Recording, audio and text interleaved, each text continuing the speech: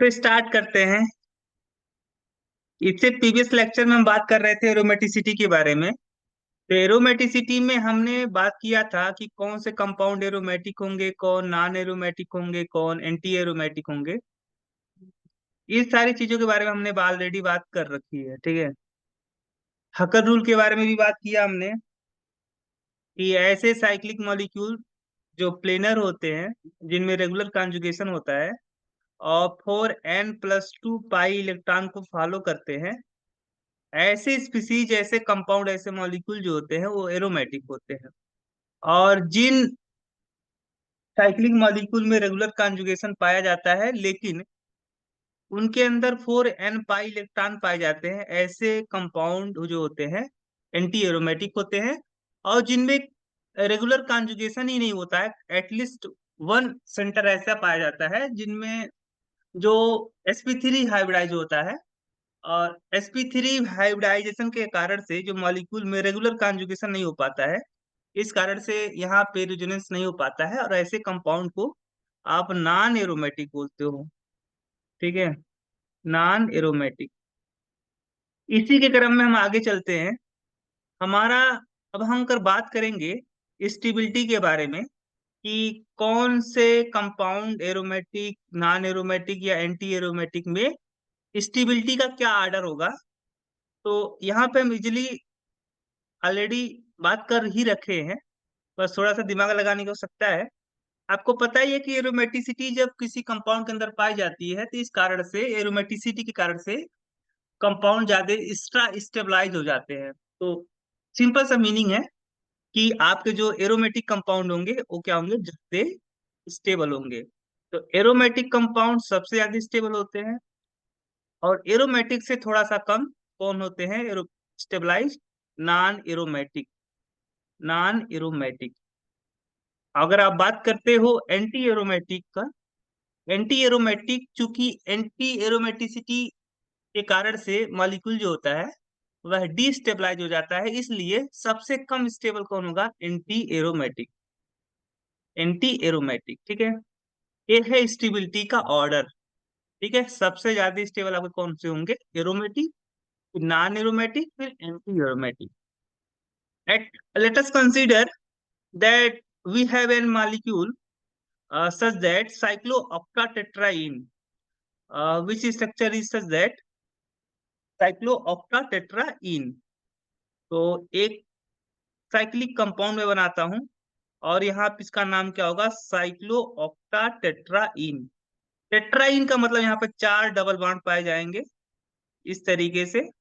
ये जो मॉलिक्यूल है आपका कैसा है, साइक्लोऑक्टाटेट्राईन। टेट्रा, टेट्रा मतलब 4 और इन का मतलब डबल बॉन्ड, ठीक है। तो दिस इज साइक्लोऑक्टाटेट्राईन।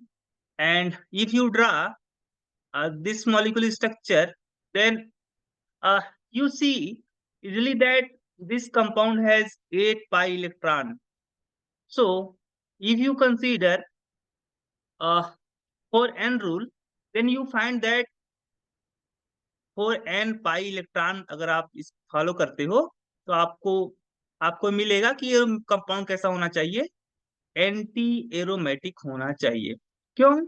क्योंकि आपको ऐसा लग रहा है कि यहाँ पे रेगुलर कॉन्जुगेशन पाया जाएगा और सारे के सेंटर आपके क्या है, sp हाइब्रिडाइज है, ठीक है, साइक्लिक भी है और 4n पाई इलेक्ट्रॉन को फॉलो करता है। सो एक कंपाउंड आपके हिसाब से होना चाहिए एंटी एरोमेटिक, लेकिन ऐसा नहीं है। एक कंपाउंड जो एंटी एरोमेटिक नहीं है, एक कंपाउंड जो है आपका साइक्लोऑक्टाटेट्राईन, एक कंपाउंड आपका एंटी एरोमेटिक ना होकर के क्या है, नॉन एरोमेटिक है। आप आपको थोड़ा सा कंफ्यूजन होगा कि ये नॉन एरोमेटिक कैसे हो गया। तो इसके पीछे रीजन ये है कि ये जो साइक्लोऑक्टाटेट्राईन है, इसका स्ट्रक्चर ही सबसे बड़ी इसकी वजह है कि ये एंटी एरोमेटिक ना होकर के क्या है, नॉन एरोमेटिक है।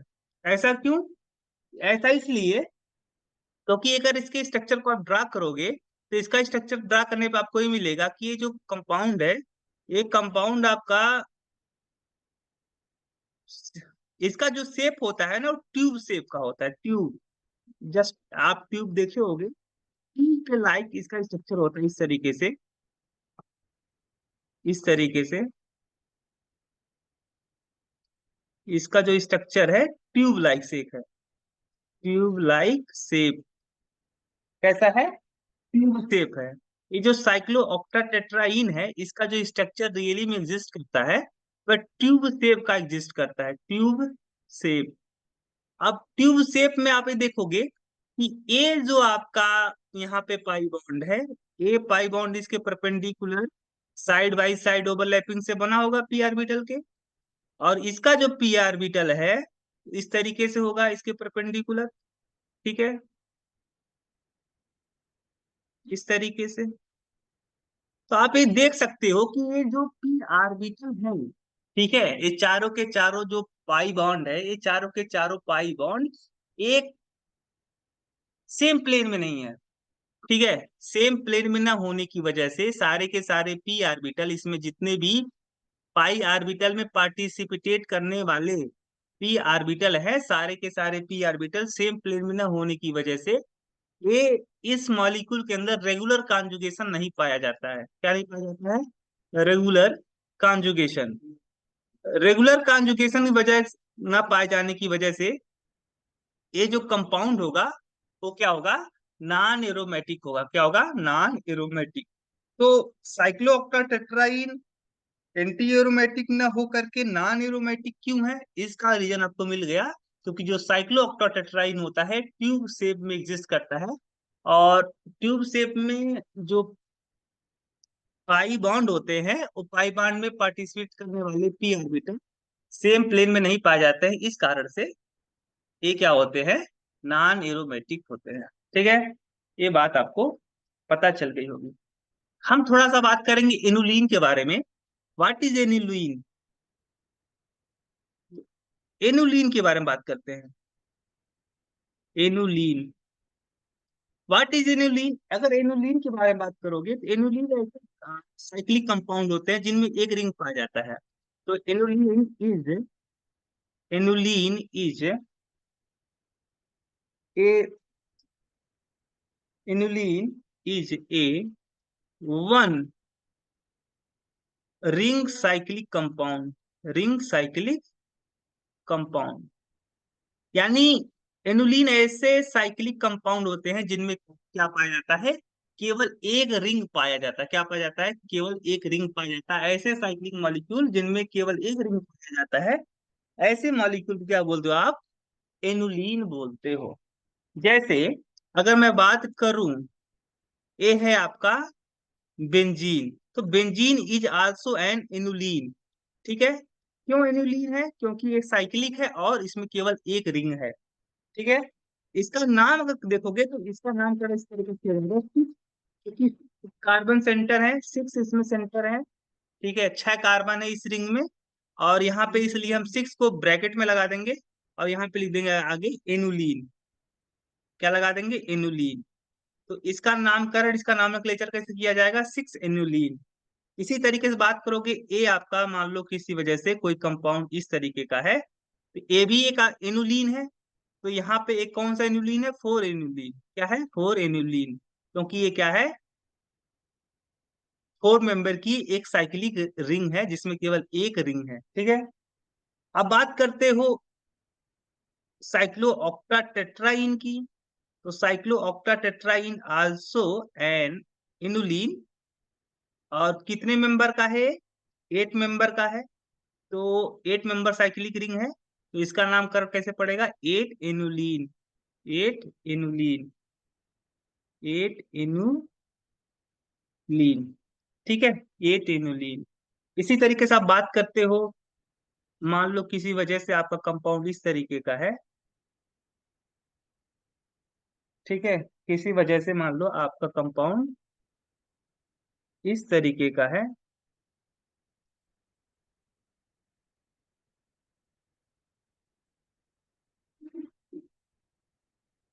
इस तरीके का है, इस तरीके का।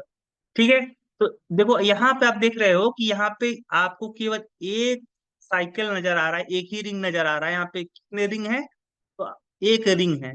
So this is also an inulin, क्योंकि यह एक साइक्लिक कंपाउंड है और इसमें केवल एक ही रिंग है। ठीक है, इसका नामकरण कैसे पड़ेगा, कितने मेंबर का रिंग है, तो 10 मेंबर का, 1 2 3 4 5 6 7 8 9 10। ठीक है, तो 10 मेंबर रिंग है, इसलिए यहाँ पे इसका नामकरण कैसे पड़ेगा, इसका नॉमेनक्लेचर होगा 10 एनुलीन। क्या नाम होगा, 10 एनुलीन। आपको एक इंपॉर्टेंट पॉइंट के बारे में बात मैं करूंगा यहाँ पे, आप नोट डाउन कर सकते हो कि अगर आपका 8 एनुलीन, 8 एनुलीन, 8 एनुलीन प्लस उसके आगे, उसके आगे, आगे के एनुलीन, के एनुलीन, एनुलीन एंटी एरोमेटिक नहीं होते हैं, एंटी एरोमेटिक नहीं होते हैं, नहीं होते हैं, नहीं होते हैं। ठीक है, या तो एरोमेटिक होंगे, या तो एरोमेटिक होंगे,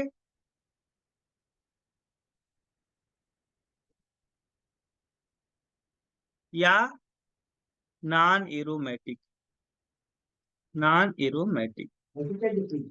इसका मतलब ये हुआ कि जो आपके एनुलीन होते हैं, अगर एनुलीन 8 मेंबर का है, अगर एनुलीन आपका 8 मेंबर का है, या 8 मेंबर से ज्यादा मेंबर का कोई एनुलीन है, तो वह कभी भी एंटी एरोमेटिक नहीं होता है। या तो एरोमेटिक होगा, या तो नॉन एरोमेटिक होगा, केवल दो ही कंडीशन बन सकते हैं, या तो एरोमेटिक होगा, या तो नॉन एरोमेटिक होगा। ठीक है, एंटी एरोमेटिक होने का कोई सवाल ही नहीं बनता है। ठीक है, अगर आपका एनुलीन 8 मेंबर का है, या 8 मेंबर से ज्यादा मेंबर का कोई एनुलीन है, तो वह एंटी एरोमेटिक नहीं होगा, या तो एरोमेटिक होगा, या तो नॉन एरोमेटिक होगा। जैसे अब मैं यहाँ पे बात करूंगा, वही एक एग्जांपल लेता हूं, एक कंपाउंड है मान लो इस तरीके का, कोई 10 मेंबर का इनुलीन है, कितने मेंबर का है, 10 मेंबर का कोई इनुलीन है, इस तरीके का, ये है आपका 10 मेंबर का इनुलीन। ठीक है, 10 मेंबर इनुलीन, ये क्या है, 10 मेंबर इनुलीन है। तो देखने से ऐसा लग रहा होगा कि ये जो कंपाउंड होगा, एक कंपाउंड आपके हिसाब से एरोमेटिक होना चाहिए, क्योंकि आपने पाई इलेक्ट्रॉन की संख्या काउंट कर ली होगी, 2 4 6 8 10, तो आपके हिसाब से यहाँ पे 10 पाई इलेक्ट्रॉन होंगे, और यहाँ पे रेगुलर कॉन्जुगेशन भी आपके हिसाब से होगा, और आप बोल दोगे कि यह हैकल रूल को फॉलो करता है, इसलिए कंपाउंड कैसा होगा, एरोमेटिक होगा। आपके हिसाब से यही सोच रहे होगे आप, लेकिन ऐसा नहीं है।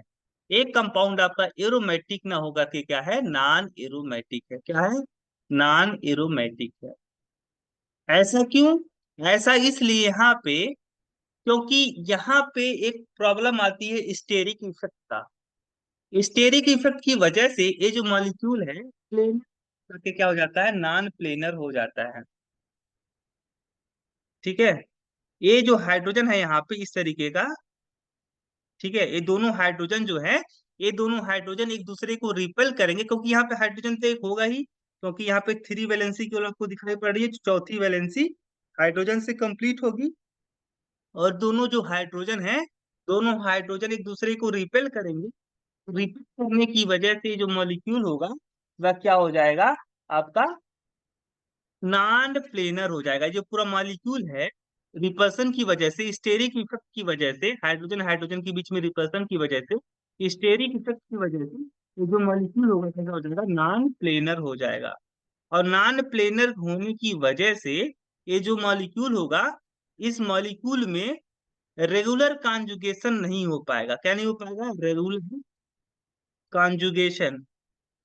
रेगुलर कॉन्जुगेशन यानी ये जो पाई इलेक्ट्रॉन है यहाँ पे, इस पूरे मॉलिक्यूल में पाई इलेक्ट्रॉन डीलोकलाइज नहीं हो पाएगा, क्योंकि ये मॉलिक्यूल प्लेनर ही नहीं है।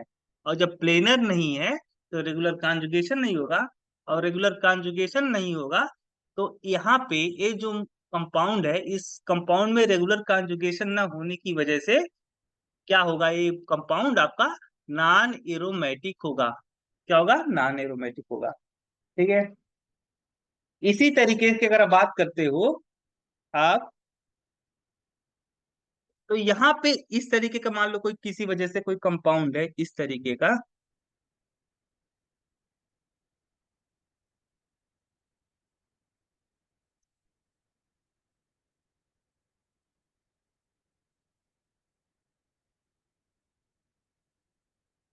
ठीक है। यहाँ पे कितने पाई इलेक्ट्रॉन है आपके? तो यहाँ पे आपके 1 2 3 4 5 6, 6 पाई बॉन्ड है। 6 पाई बॉन्ड का मतलब 12 पाई इलेक्ट्रॉन है। कितने पाई इलेक्ट्रॉन है? 12 पाई इलेक्ट्रॉन है।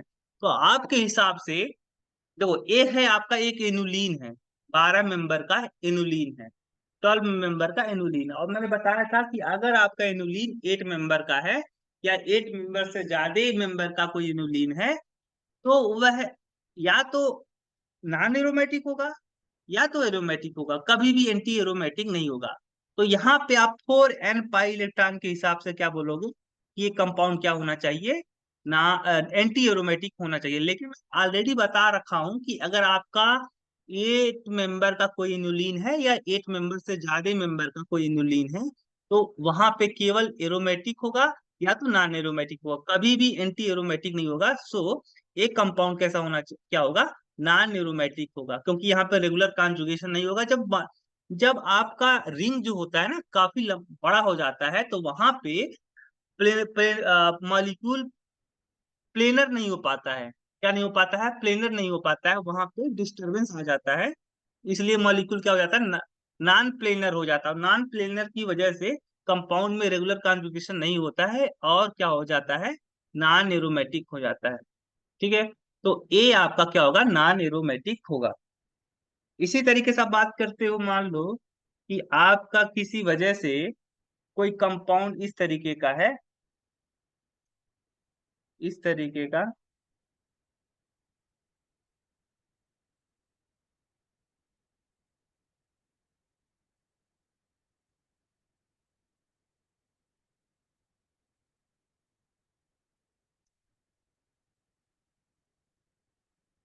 ठीक है, इस तरीके का कंपाउंड है। तो कितने मेंबर की यहाँ पे कितने 2 2 4 और 3 4 3 7, 7 दूनी 14, 14 पाई इलेक्ट्रॉन है ये यहाँ पे। और 14 पाई इलेक्ट्रॉन की वजह से यहाँ पे आपके हिसाब से एक कंपाउंड होना चाहिए एरोमेटिक। लेकिन एक कंपाउंड जो है 14 मेंबर का होने की वजह से एक कंपाउंड जो है नॉन नॉन प्लेनर होता है, और नॉन प्लेनर की वजह से एक कंपाउंड एरोमेटिक ना होकर के क्या होता है? नॉन एरोमेटिक होता है। तो आप यहाँ पे सिंपली एक चीज समझ में आ गई होगी आपको कि अगर आपका एनुलीन 8 मेंबर का है या 8 मेंबर से ज्यादा मेंबर का कोई एनुलीन है, तो वहां पे वो एंटी एरोमेटिक तो फर्स्ट कंडीशन की एंटी एरोमेटिक होगा नहीं, होगा तो या तो एरोमेटिक होगा या नॉन एरोमेटिक होगा। वो भी एरोमेटिक और नॉन एरोमेटिक में देखोगे, नॉन एरोमेटिक होने की कंडीशन जाते हैं। ठीक है। अगर ये मेंबर आपका एनुलीन ना होता यहाँ पे, अगर ये वाला कार्बन एक दूसरे से लिंक होता यहाँ पे, तो 3 मेंबर का एक रिंग बनता, मतलब 3 रिंग बनती, 3 रिंग बनती। और ये जो पॉलीसाइक्लिक कंपाउंड बनता, ये एरोमेटिक हो जाता, क्योंकि वहां पे तब यहाँ पे मॉलिक्यूल का प्लेनर होना ज्यादा पॉसिबिलिटी होती है, प्लेनर होने की ज्यादा पॉसिबिलिटी होती है। ठीक है। बट यहाँ पे केवल एक ही मेंबर का लार्ज मॉलिक्यूल है, एक ही साइक्लिक रिंग है, इस कारण से एक कंपाउंड कैसा होगा आपका? नॉन एरोमेटिक होगा। ठीक है। इसी तरीके का बात करोगे, मान लो कोई कंपाउंड है इस तरीके का, तो ये तो ऑलरेडी हमने बात कर ही रखी है। ये वाला यहाँ पे रेगुलर कॉन्जुगेशन में जाएगा, सारे सेंटर sp2 हाइब्रिडाइज है, 6 पाई इलेक्ट्रॉन है, तो ये क्या होगा? एरोमेटिक होगा। ठीक है। ये तो हमने ऑलरेडी बात कर रही रखी है। अ, हाँ, कुछ स्पेशल एग्जांपल के बारे में बात करेंगे हम लोग। जैसे मान लो कि आपका किसी वजह से एक कंपाउंड है, इसी वजह से एक कंपाउंड है। और एक कंपाउंड कैसा होगा, एरोमेटिक, नॉन एरोमेटिक या एंटी एरोमेटिक। तो यहाँ पे देखो, ये जो सेंटर है बोरान, ये बोरान कैसा हाइब्रिडाइज है, 1 2 3, 3 सिग्मा बॉन्ड है, और 3 सिग्मा बॉन्ड के करस्पॉन्डिंग जो हाइब्रिडाइजेशन आता है वह sp2 हाइब्रिडाइज आता है। A B S P two है, A B S P two है, A B S P two है, A B S P two है, यानी सारे सेंटर क्या है, sp2 हाइब्रिडाइज है। साइक्लिक मॉलिक्यूल है, सारे सेंटर sp2 हाइब्रिडाइज है। मॉलिक्यूल कैसा है, प्लेनर है। और मॉलिक्यूल, इस मॉलिक्यूल में कितने पाई इलेक्ट्रॉन हैं जो कि डीलोकलाइजेशन में पार्टिसिपेट कर रहे हैं, तो आपके 4 पाई इलेक्ट्रॉन हैं जो कि बॉन्डिंग में क्या कर रहे हैं, पार्टिसिपेट कर रहे हैं। सो ये जो मॉलिक्यूल होगा, ये मॉलिक्यूल क्या होना चाहिए, इस मॉलिक्यूल को एंटी एरोमेटिक होना चाहिए, और एंटी एरोमेटिक एक कंपाउंड होता भी है, ठीक है, एंटी एरोमेटिक। यही बात करते हो पाइरोल की, दिस इज, ये कंपाउंड जो है पाइरोल है। क्या है, पाइरोल। ये जो पाइरोल होता है, यहाँ पे एक लोन पेयर होता है इस नाइट्रोजन के पास में, लेकिन ये जो नाइट्रोजन का लोन पेयर होता है, यह डीलोकलाइजेशन का हिस्सा होता है, ठीक है। ये जो लोन पेयर है, ये लोन पेयर डीलोकलाइजेशन में पार्टिसिपेट करता है, और पार्टिसिपेशन की वजह से इसका वास्तव में, अगर इसका आप रिजोनेटिंग स्ट्रक्चर बनाओगे, तो इस तरीके का मिलेगा आपको रिजोनेटिंग स्ट्रक्चर इसका, इस तरीके का,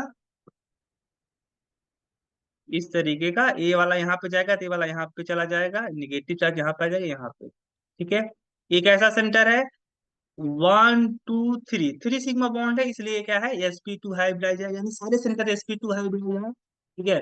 और यहाँ पे कितने पाई इलेक्ट्रॉन पार्टिसिपेट कर रहे हैं रिजोनेंस में, तो आपके दो इधर हो गए, दो इधर, चार, दो छह, छह आपके पाई इलेक्ट्रॉन हैं जो कि क्या कर रहे हैं, बॉन्डिंग, डीलोकलाइजेशन में पार्टिसिपेट कर रहे हैं। सो ए मॉलिक्यूल क्या होगा आपका, एरोमेटिक होगा। क्या होगा, एरोमेटिक। ये कंपाउंड कैसा होगा आपका, एरोमेटिक होगा। ये पाइरोल है, पाइरोल इज एरोमेटिक। इसी तरीके से थायोफीन के बारे में बात करोगे, आप फ्यूरान के बारे में बात करोगे, ये है आपका थायोफीन। क्या है ये, थायोफीन है।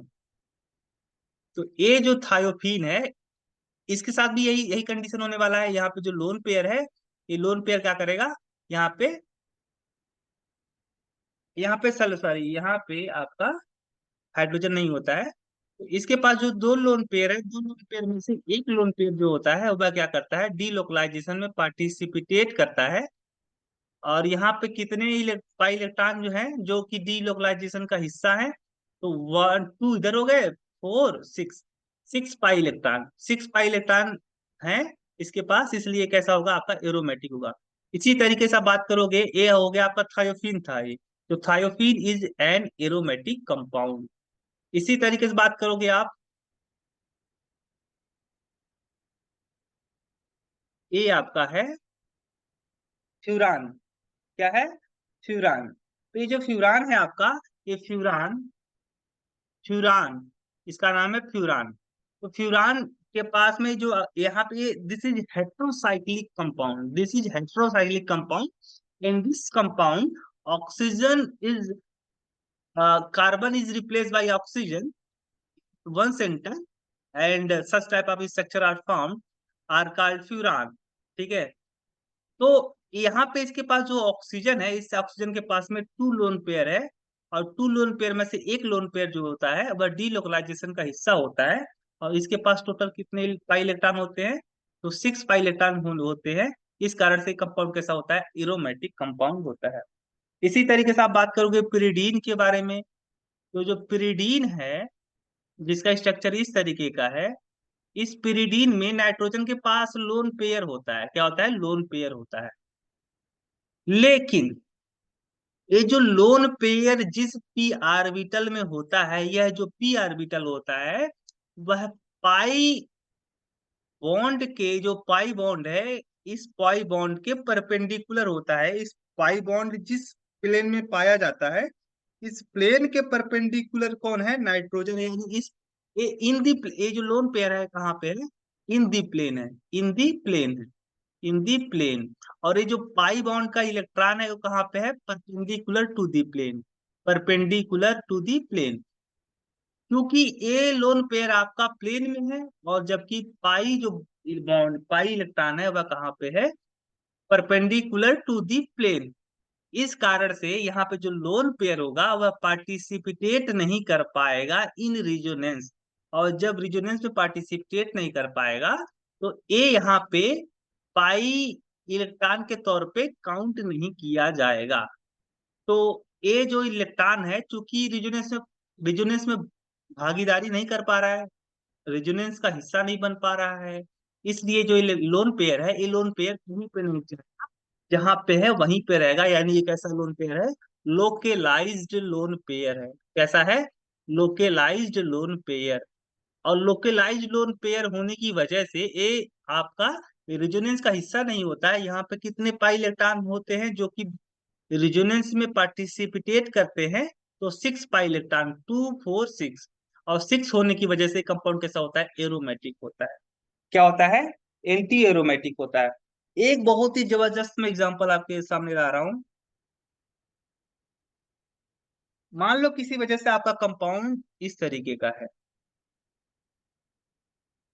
मान लो किसी वजह से आपका कंपाउंड इस तरीके का है।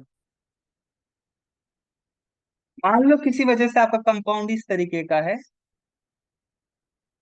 मान लो किसी वजह से आपका जो कंपाउंड है इस तरीके का है। ठीक है, इस तरीके का। यहाँ पे आपका लोन पेयर है इस दोनों नाइट्रोजन के ऊपर। ठीक है। अब आपसे कोई पूछे कि ये जो कंपाउंड है एरोमेटिक है कि नॉन एरोमेटिक है कि एंटी एरोमेटिक है, तो क्या आपका जवाब होगा? ठीक है। चूंकि नाइट्रोजन आप जानते हो कि मैक्सिमम कितने बॉन्ड बनाता है न्यूट्रल स्टेट में? तो 3 बॉन्ड बनाता है। और चौथा बॉन्ड भी बना सकता है नाइट्रोजन, लेकिन जब चौथा बॉन्ड बनाता है तो वह कोऑर्डिनेशन बॉन्ड के थ्रू दूसरे एटम से क्या होता है? लिंक होता है। तो यहाँ पे अगर आप देखते हो तो यहाँ पे आपको केवल 2 और 2 4, केवल 4 पाई इलेक्ट्रॉन दिखाई पड़ रहे हैं जो कि रिजोनेंस का हिस्सा है। लेकिन ऐसा नहीं है। ये जो ऑक्सीजन है, ऑक्सीजन का एक दो ऑक्सीजन के पास 2 लोन पेयर है, और दोनों लोन पेयर में से एक लोन पेयर जो होता है वह रिजोनेंस में पार्टिसिपेट करता है। इस कारण से इसका जो रिजोनेटिंग स्ट्रक्चर होगा इस तरीके का बनेगा।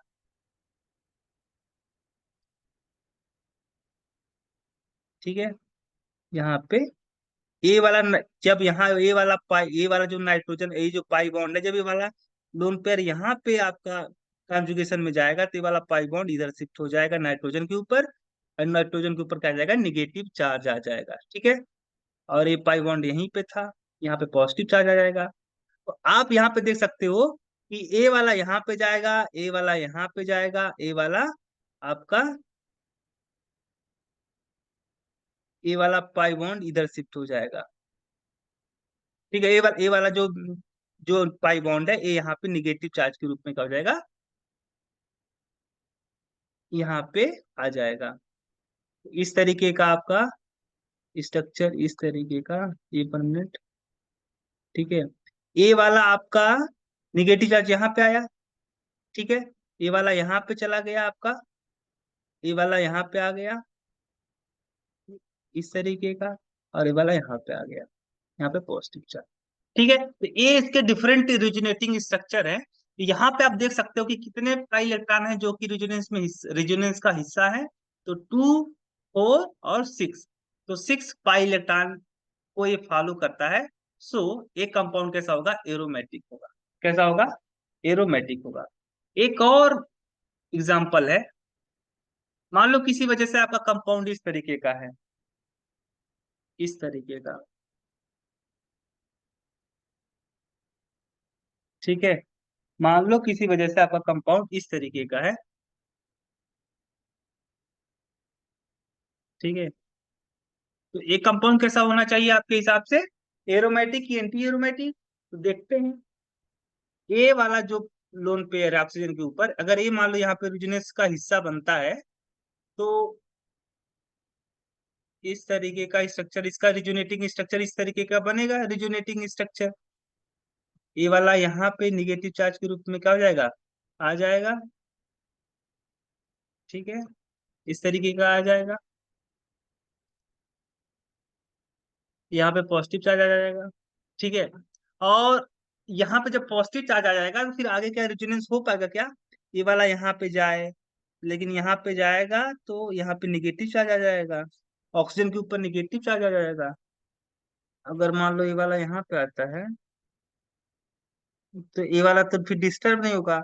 यानी ये यहाँ पे आपका कोई भी आप दिमाग लगा लो, यहाँ पे जो ये निगेटिव चार्ज है, निगेटिव चार्ज आगे डीलोकलाइज नहीं हो पाएगा। ये जो निगेटिव चार्ज है आगे डीलोकलाइज नहीं हो पाएगा, यानी यहाँ पे कॉन्जुगेशन ही नहीं हो रहा है। क्या नहीं हो रहा है, कॉन्जुगेशन नहीं हो रहा है। इलेक्ट्रॉन जो इलेक्ट्रॉन है वह डीलोकलाइज ही नहीं हो पा रहा है। अगर डीलोकलाइज नहीं हो पा रहा है तो यहाँ पे आपका,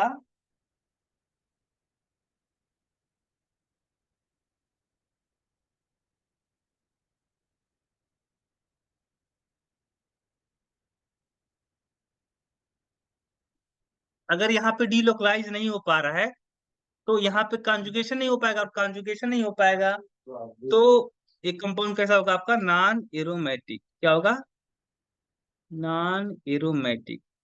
ठीक है, नॉन एरोमेटिक होगा क्योंकि यहाँ पे कॉन्जुगेशन ही स्टॉप हो जा रहा है, कॉन्जुगेशन ही नहीं हो पा रहा है। कॉन्जुगेशन ना होने की वजह यह है कि यहाँ पे जो ऑक्सीजन है, ऑक्सीजन अगर मान लो किसी वजह से अपना लोन पेयर यहाँ पे इसके साथ कॉन्जुगेशन भी भेजता भी है तो ये वाला निगेटिव चार्ज यहाँ पे आ जाएगा, फिर निगेटिव चार्ज आगे फिर डिस्पर्स नहीं हो पाएगा, डीलोकलाइज नहीं हो पाएगा। तो this compound is an non aromatic compound. क्या है, नॉन एरोमेटिक कंपाउंड है। एक बहुत खूबसूरत सा सवाल है कि मान लो साइक्लो साइक्लो ब्यूटा साइक्लोब्यूट 1,3 डाई इन, इस कंपाउंड के बारे में बात कर रहा हूँ। एक कंपाउंड किसी किसी बुक में आपका बताया जाता है कि एंटी एरोमेटिक है, एंटी एरोमेटिक है, और किसी किसी बुक में रिसर्च में साइंटिस्ट के द्वारा बताया जाता है कि एक कंपाउंड कैसा है, नॉन एरोमेटिक है। तो लोगों को कंफ्यूजन रहता है कि ये कंपाउंड वास्तव में रियली में एंटी एरोमेटिक है कि नॉन एरोमेटिक है। तो मोस्टली जो बुक है, मोस्टली बुक में इस कंपाउंड को नॉन एरोमेटिक ही बताया गया है। ठीक है, एंटी एरोमेटिक नहीं बताया गया है। भले ये यहाँ पे आपको दिखने में लग रहा होगा कि ये 4 पाई इलेक्ट्रॉन इसके पास है, लेकिन इस हिसाब से तो ये एंटी एरोमेटिक होना चाहिए, लेकिन ऐसा नहीं होता है। कंपाउंड कैसा होता है, नॉन एरोमेटिक होता है। मोस्टली बुक और रिसर्च और साइंटिस्ट इस चीज की ओर इंडिकेट करते हैं कि कंपाउंड कैसा है, नॉन एरोमेटिक है। अगर एक कंपाउंड आपका एंटी एरोमेटिक होता, इसके प्रूफ है, ऐसा नहीं है कि ऐसे बोल दिया गया हवा में, इसके प्रूफ भी है। अगर मान लो एक कंपाउंड एंटी एरोमेटिक है तो एंटी एरोमेटिक में तो रेगुलर कॉन्जुगेशन होता ही होता है। तो यहाँ पे मान लो ये वाला जो बॉन्ड है इस कार्बन के बीच, मान लो C1 है, ये C2 कार्बन है, ये C3 कार्बन है, ये C4 कार्बन है। मान लो C1 और C2 के बीच में जो बॉन्ड बना है, इस बॉन्ड की जो लेंथ है वह A है, और मान लो C2 और C3 के बीच में जो बॉन्ड बना है वो B है। इस वाले का भी लेंथ A होगा, और इस वाले का लेंथ क्या होगा, B होगा। अगर आपका रेगुलर कॉन्जुगेशन होता, अगर इस कंपाउंड में रेगुलर कॉन्जुगेशन पाया जाता तो एक कंपाउंड में ए इजकल टू क्या होता, बी होता। होता कि नहीं होता, बिल्कुल होता। अगर यहाँ पे रेगुलर कॉन्जुगेशन पाया जाता तो ये जो पाई बॉन्ड है, पाई बॉन्ड इधर शिफ्ट हो जाता तो यहाँ पे पाई बॉन्ड बनने लगता, C2 और C3 के बीच में पाई बॉन्ड बनने लगता। तो पाई बॉन्ड रिजोनेंस करता, और पाई बॉन्ड रिजोनेंस जब करता तो ए इजकल टू क्या होता, बी होता। लेकिन रियली में देखा ये गया है कि ए नॉट इक्वल टू बी, और ए की जो लेंथ है, C1 और C2 कार्बन के बीच का जो बॉन्ड लेंथ है वह C2 और C3 कार्बन के बीच का जो बॉन्ड है उसके इक्वल क्यों नहीं है, क्योंकि ये जो पाई बॉन्ड है रियली में रिजोनेंस ही नहीं कर पा रहा है। क्या नहीं कर पा रहा है, रिजोनेंस नहीं कर पा रहा है। और अगर रिजोनेंस नहीं कर पा रहा है तो इसका मतलब ये हुआ कि रिजोनेंस ना होने की वजह, इसका मतलब वही हुआ कि ये पाई बॉन्ड रिजोनेंस नहीं कर रहा। जब रिजोनेंस नहीं हो रहा है तो यहाँ पे कॉन्जुगेशन या रिजोनेंस कॉन्जुगेशन क्या है, स्टॉप है। कॉन्जुगेशन क्या हो रहा है, स्टॉप है, बाधित है, अवरोधित है। यहाँ पे कॉन्जुगेशन नहीं हो पा रहा है। जब कॉन्जुगेशन नहीं हो पा रहा है तो कैसा होगा, नॉन एरोमेटिक होगा। तो ये बात आपको अच्छी समझ में आ गई होगी कि मोस्टली साइंटिस्ट वो क्यों प्रिफर करते हैं कि ये कंपाउंड कैसा है, नॉन एरोमेटिक है। इसके पीछे जो तर्क देते हैं वह ये देते हैं कि equal to A not equal to B, यानी यहाँ पे जो बॉन्ड लेंथ है, बॉन्ड लेंथ इक्वल नहीं है। और बॉन्ड लेंथ इक्वल इसलिए नहीं है क्योंकि ये यहाँ पे रेगुलर कॉन्जुगेशन नहीं हो पा रहा है। ठीक है, अब हम पढ़ेंगे क्रैक्स रूल के बारे में। क्रैक्स रूल, तो क्रैक्स रूल के बारे में पढ़ते हैं। क्रैक्स रूल एक बहुत ही इफेक्टिव रूल होता है पता करने के लिए पॉलीसाइक्लिक कंपाउंड में, पॉलीसाइक्लिक कंपाउंड में पता करने के लिए कि कंपाउंड, पॉलीसाइक्लिक कंपाउंड एरोमेटिक है कि नहीं है। इसके लिए रूल लागू होता है, क्रैक्स रूल। क्रैक्स रूल, तो क्रैक्स रूल के हिसाब से क्या बोलता है, क्रैक्स रूल क्या बोलता है, क्रैक्स रूल अप्लाई कहाँ होता है, क्रैक्स रूल अप्लाई होता है, apply for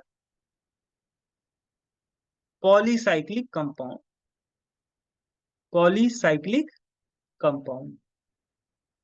cracks rule apply होता है पॉलीसाइक्लिक कंपाउंड के लिए। ठीक है, पॉलीसाइक्लिक कंपाउंड में पता करने के लिए कि कौन सा पॉलीसाइक्लिक कंपाउंड आपका एरोमेटिक है, कौन नहीं है। ठीक है,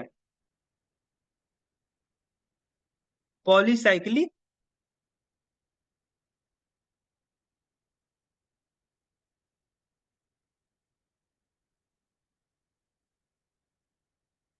इस रूल के हिसाब से Craig's rule are applied for polycyclic compound. According to this rule, if a polycyclic compound has, if a polycyclic compound, polycyclic compound have C2 symmetry, have C2 symmetry, have C2 symmetry। अगर मान लो कोई polycyclic compound C2 symmetry रखता है और साथ ही साथ if n equal to odd, n equal to odd, तो कंपाउंड कैसा होगा आपका, एरोमेटिक होगा। क्या होगा, एरोमेटिक होगा। अगर आपका n इजकल टू इवन हुआ तो कैसा कंपाउंड होगा, नॉन एरोमेटिक होगा। कैसा होगा, नॉन एरोमेटिक होगा, non aromatic. Where n equal to क्या है, यहाँ पे n क्या है, n है number of pi bond, number of pi bond, number of pi bond. ठीक है, क्रैक्स रूल कहाँ पे अप्लाई होता है, क्रैक्स रूल पॉलीसाइक्लिक कंपाउंड के ऊपर लागू होता है। और इस रूल के हिसाब से अगर कोई पॉलीसाइक्लिक कंपाउंड C2 सिमिट्री रखता है, कैसी सिमिट्री रखता है, C2 सिमिट्री, यानी C2 का मतलब हुआ 180 अंश, 180 डिग्री से अगर आप उस मॉलिक्यूल को रोटेट कर देते हो तो आपको आइडेंटिकल स्ट्रक्चर मिलता है।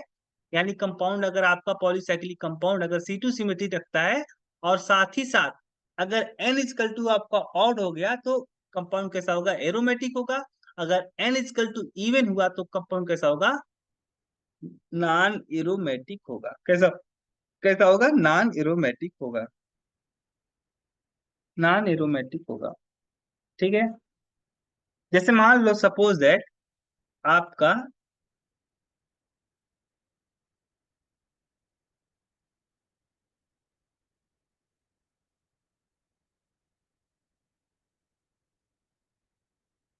ये मान लो किसी वजह से आपका कंपाउंड है इस तरीके का। ठीक है, तो आपको ये दिख रहा होगा कि कंपाउंड कैसा है। यहाँ पे कितने साइकिल हैं, दो साइकिल, एक साइकिल ए और एक साइकिल ए, दो साइकिल है। तो ये कंपाउंड कैसा है आपका? पॉलीसाइक्लिक है। कैसा है? पॉलीसाइक्लिक कंपाउंड है। अब यहाँ पे कौन सा रूल लागू होगा? क्रैक्स रूल, क्योंकि क्रैक्स रूल पॉलीसाइक्लिक कंपाउंड के लिए लागू होता है। ठीक है। क्या ए मॉलिक्यूल C2 सिमिट्री रखता है? हाँ रखता है। कैसे? यहां से अगर मान लो ये आप एक इमेजिनरी एक्सिस पास आउट करते हो, इस इमेजिनरी एक्सिस के अराउंड अगर आप क्या करते हो, इस इमेजिनरी एक्सिस के अराउंड आप इस इमेजिनरी एक्सिस के अराउंड इस मॉलिक्यूल के अगर आप 180 डिग्री से इसे रोटेट कर देते हो, तो ये क्या मिलेगा? इसको आपको आइडेंटिकल स्ट्रक्चर मिलेगा। क्या मिलेगा? आइडेंटिकल स्ट्रक्चर मिलेगा। यानी कंपाउंड कैसा होगा आपका? अगर से आप 180 डिग्री से घुमा देते हो तो ये वाला यहाँ पे चला जाएगा, ये वाला यहाँ पे चला गया, ये वाला यहाँ पे चला जाएगा, ये वाला यहाँ पे चला जाएगा, ये वाला यहाँ पे, ये वाला यहाँ पे, यहाँ। तो सेम आपको आइडेंटिकल स्ट्रक्चर मिलेगा। आप डिफरेंशिएट नहीं कर पाओगे 180 डिग्री घुमा देने से। अब मॉलिक्यूल को पहले वाले पोजीशन से, पहले वाले स्टेट से आप डिफरेंशिएट नहीं कर पाओगे। यानी कंपाउंड कैसा है? C2 सिमेट्री रखता है। यहाँ पे कितने पाई बॉन्ड है? 1 2 3 4 5। कितने हैं? n equal to 5। क्योंकि n क्या था? Number of pi bond. n क्या है? ऑड है कि इवन है? तो ऑड है। अगर ऑड है तो कंपाउंड कैसा होगा? एरोमेटिक होगा। कैसा होगा? एरोमेटिक होगा। ठीक है। इसी तरीके का मान लो किसी वजह से आपका कंपाउंड इस तरीके का है।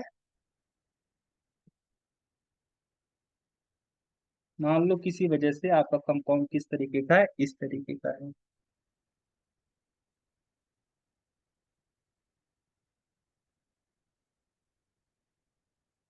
मान लो किसी वजह से कंपाउंड आपका इस तरीके का है।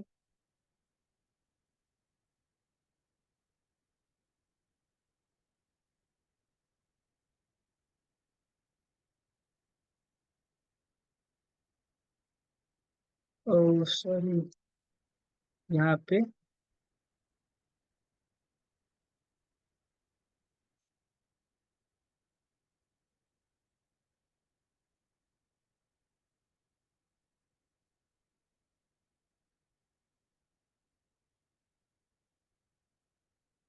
ठीक है। एक कंपाउंड आपका किसी वजह से एक कंपाउंड है। क्या ए मॉलिक्यूल जो है C2 सिमिट्री रखता है? हाँ जी रखता है। यहाँ से आप एक एक्सिस गुजार दोगे, तो इस एक्सिस के अराउंड अगर आप इस मॉलिक्यूल को 180 डिग्री से घुमा दोगे, तो ए मॉलिक्यूल कैसा आपको कैसा स्ट्रक्चर मिलेगा? आपको आइडेंटिकल स्ट्रक्चर मिलेगा। ठीक है। आपको कैसा मिलेगा? आइडेंटिकल स्ट्रक्चर मिलेगा। तो आइडेंटिकल स्ट्रक्चर मिलेगा। यहाँ पे कितने पाई बॉन्ड है? 1 2 3 4 5 6 7 है। 3 3 6, सॉरी। कितने पाई बॉन्ड है? यहाँ पे 6 पाई बॉन्ड है। और 6 पाई बॉन्ड होने की वजह से एन की वैल्यू यहाँ पे क्या है? इवन। और इवन की होने की वजह से कंपाउंड कैसा होगा आपका? नॉन एरोमेटिक होगा। नॉन एरोमेटिक होगा। तो क्रैक्स रूल यहाँ पे अप्लाई हुआ। क्रैक्स रूल के हिसाब क्रैक्स रूल अप्लाई कहाँ पे होता है? क्रैक्स रूल पॉलीसाइक्लिक कंपाउंड के लिए लागू होता है। अगर कोई पॉलीसाइक्लिक कंपाउंड C2 सिमिट्री रखता है, और C2 सिमिट्री रखने के साथ साथ अगर उसमें नंबर ऑफ पाई बॉन्ड आपके ऑड हुए तो एरोमेटिक होगा। अगर पाई बॉन्ड की संख्या आपका इवन हुई तो क्या होगा? नॉन एरोमेटिक होगा। कैसा होगा? नॉन एरोमेटिक होगा। एक और यहाँ पे आप एग्जाम्पल कंसीडर कर सकते हो इस तरीके का।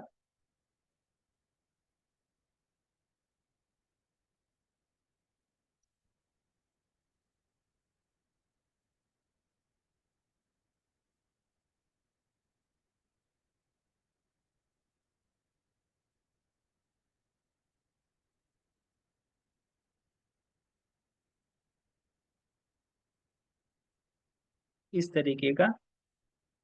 ठीक है। इसका नाम है पेंटालीन। इसका नाम है पेंटालीन। ठीक है। तो अगर पेंटालीन के बारे में आप बात करते हो, तो अच्छा, ए मॉलिक्यूल क्या है? पॉलीसाइक्लिक कंपाउंड है। करेक्ट रूल यहाँ पे अप्लाई हो सकता है। क्या ए मॉलिक्यूल आपका C2 सिमिट्री रखता है? तो जी रखता है। यहाँ से अगर आप 180 डिग्री घुमा दोगे तो ये वाला यहाँ पे आ जाएगा, ये वाला यहाँ पे आ जाएगा, ये वाला यहाँ पे आ जाएगा। कोई अंतर यहाँ पे आपको दिखाई नहीं पड़ेगा। ठीक है।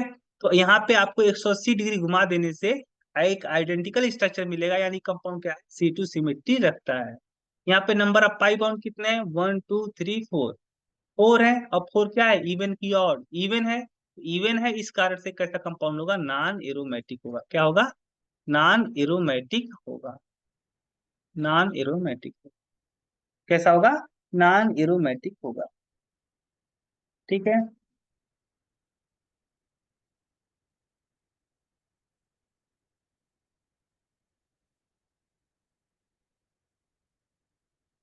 अब हम कल बात करेंगे फ्रॉस्ट डायग्राम के बारे में, Frost diagram, force diagram, force, force diagram. Force diagram जो होता है वह किसके लिए ड्रा किया जाता है, फॉर्स डायग्राम जो होता है वह एनर्जी लेवल को एनर्जी लेवल को ग्राफिकली डिजाइन किया जाता है for aromatic and anti aromatic non aromatic compound के लिए। ठीक है।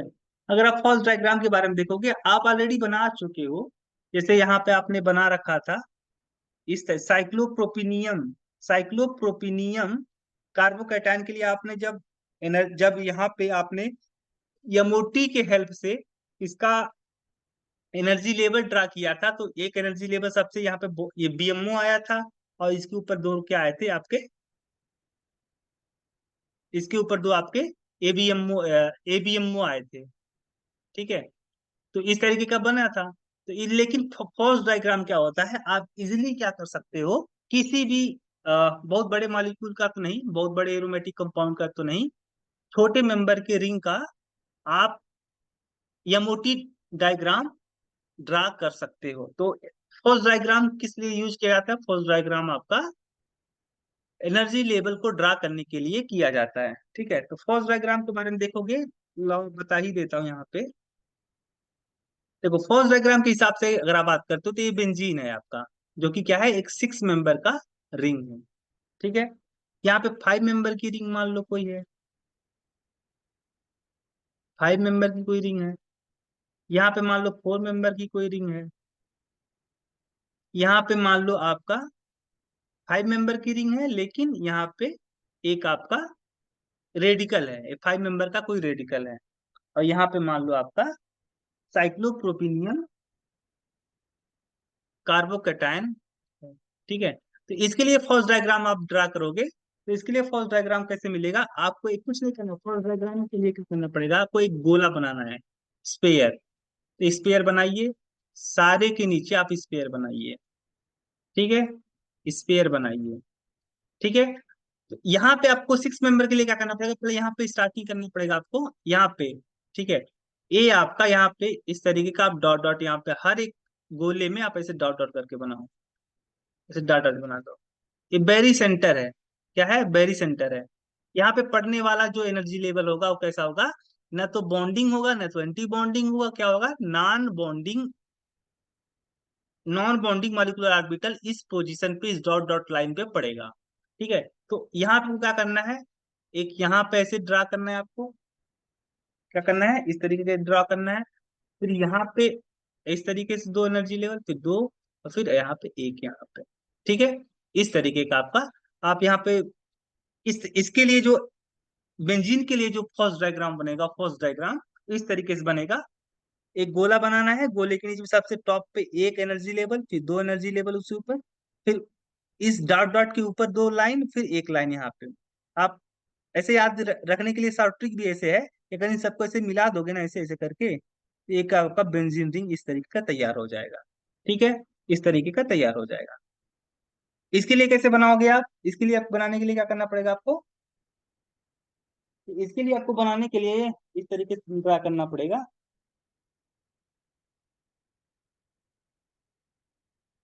इस तरीके का।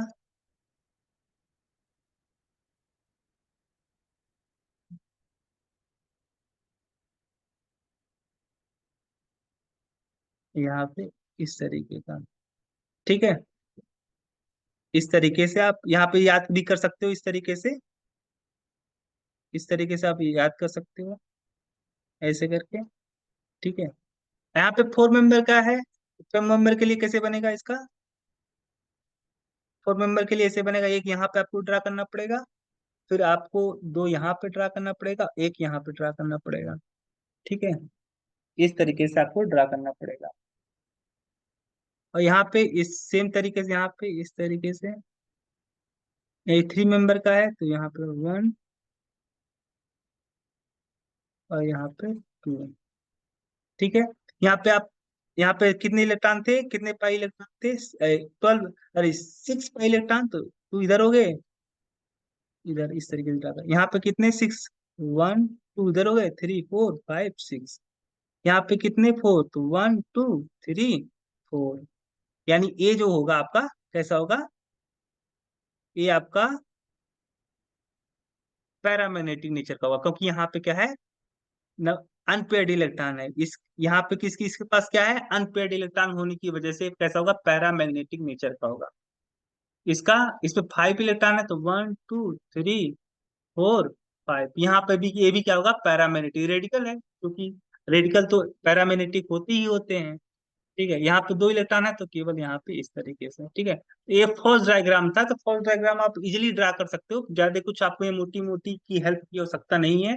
या आप वहाँ पे डिफरेंट टाइप के फेज ओवरलैपिंग करवाओ आर्बिटल का, इजिली आप ड्रा कर सकते हो फॉल्स डायग्राम के हेल्प से। या मोटी किसी साइक्लिक कंपाउंड के लिए, किसी साइक्लिक कंपाउंड के लिए आप क्या कर सकते हो, इजिली यमोटी ड्रा कर सकते हो with the help of false diagram, with कम समय में। ठीक है, कुछ है नहीं यहाँ पे, एक बार आप प्रैक्टिस करोगे आपको आ जाएगा। अगर 6 मेंबर का बनाना है तो 6 मेंबर के लिए क्या करना पड़ेगा, एक यहाँ पे, दो यहाँ पे, दो यहाँ पे, एक यहाँ पे। 5 मेंबर के लिए आपको बनाना है एक यहाँ पे, दो यहाँ पे और दो यहाँ पे। 4 मेंबर के लिए बनाना है तो एक यहाँ पे, दो यहाँ पे और एक यहाँ पे। 3 मेंबर के लिए बनाना है एक यहाँ पे, एक यहाँ पे। हो गया। ठीक है, सबसे पहले सबसे टॉप पे, सबसे बॉटम पे एक सिंगल एनर्जी लेवल, फिर आपका सिंगल एनर्जी लेवल के ऊपर जस्ट ऊपर जो होगा आपका डीजनरेट, डबली डीजनरेट एनर्जी लेवल होगा। ये देखो, ये दोनों जो एनर्जी लेवल है डीजनरेट है, क्योंकि सेम स्टेट है, क्या है, सेम एनर्जी लेवल है बट डिफरेंट स्टेट है। तो ये आपका डीजनरेट एनर्जी लेवल है, डब्ल्यू है। ठीक है, डब्ल्यू डीजनरेट एनर्जी लेवल है, उसके ऊपर फिर डब्ल्यू डीजनरेट, फिर सिंगल। ठीक है, फिर वही वही हाल करना है, बस एक एक घटाते चले जाना है। ठीक है, तो आज के लिए इतना ही रखते हैं। Thank you.